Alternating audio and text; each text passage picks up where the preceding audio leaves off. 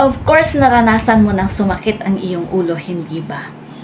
Pero, alam mo ba kung anong klaseng sakit ng ulo ang naranasan mo? Alam mo ba kung anong uri ng sakit ng ulo ang naranasan mo?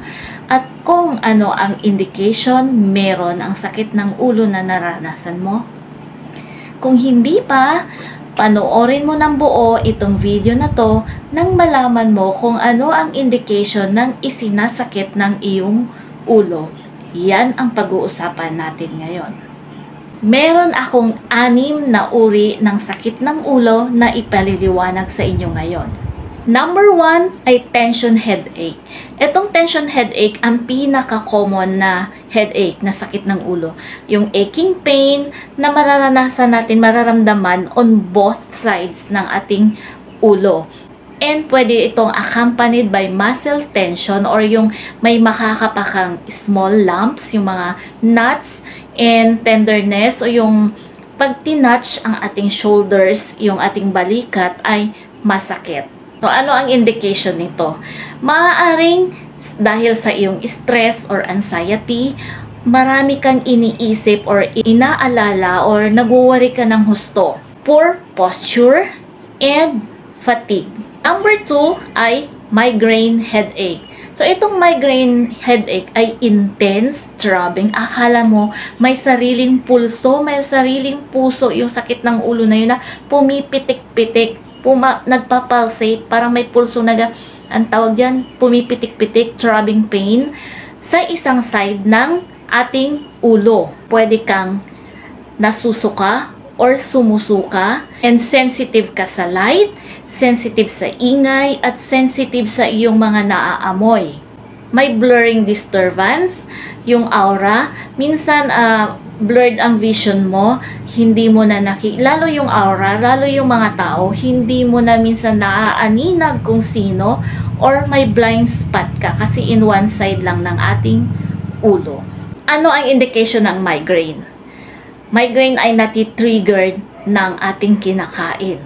Pwedeng hormonal changes, pwedeng lack of sleep or stress, and sensory stimuli.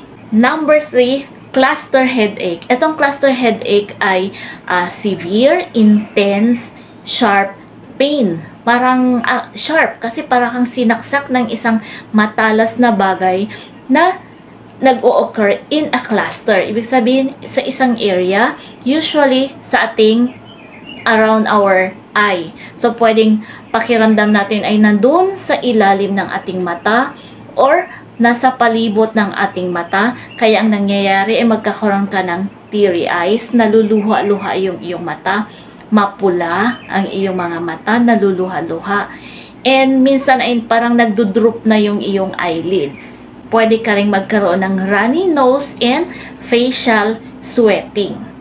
Ang indication nito ay unknown, pero sabi sa research, ito ay due to changes in hypothalamus. So, itong hypothalamus ay nakikita, natatagpuan sa ating brain. Itong hypothalamus, ang function niya ay siya yung control ng lahat-lahat sa ating katawan. Siya yung control center na nagpapanatili ng control or ng balance ng ating katawan. So, kung hindi balance ang ating katawan, hindi niya na-function ng maayos, hindi nakapag-function ng maayos ang ating hypothalamus, pwede kang magkaroon ng cluster headache.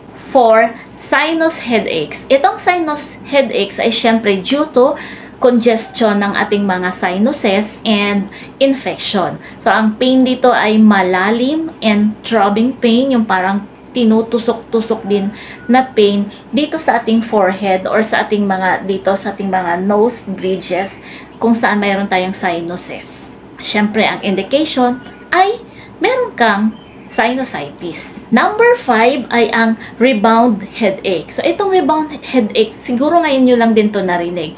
So, ito ay ang headache due to overusage of medication or yung painkiller medication. Yung sobra-sobra yung pag-iinom, konting-konting sakit lang ng ulo, sakit-sakit ng katawan, umiinom na agad-agad kayo ng mga pain relievers. Kaya nga, naging rebound dahil sa pag-aabuso ninyo sa pag-iinom ng pain reliever, ayan ngayon, nangongolekta siya yung kanyang effect, nagre-rebound.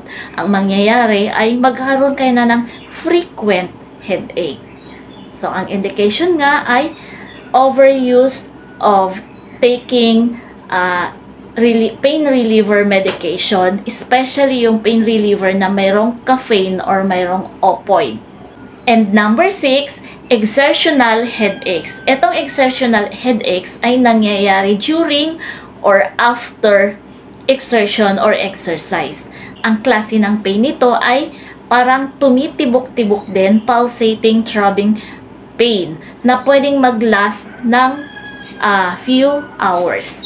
Ang indication nito ay nasobrahan ka sa pagtatrabaho, paggagawa ng mga strenuous activities, lalo na kung hindi proper yung hydration mo. Trabaho ka ng matindi, masyadong strenuous ang iyong ginawang trabaho, tapos hindi ka umiinom ng tubig.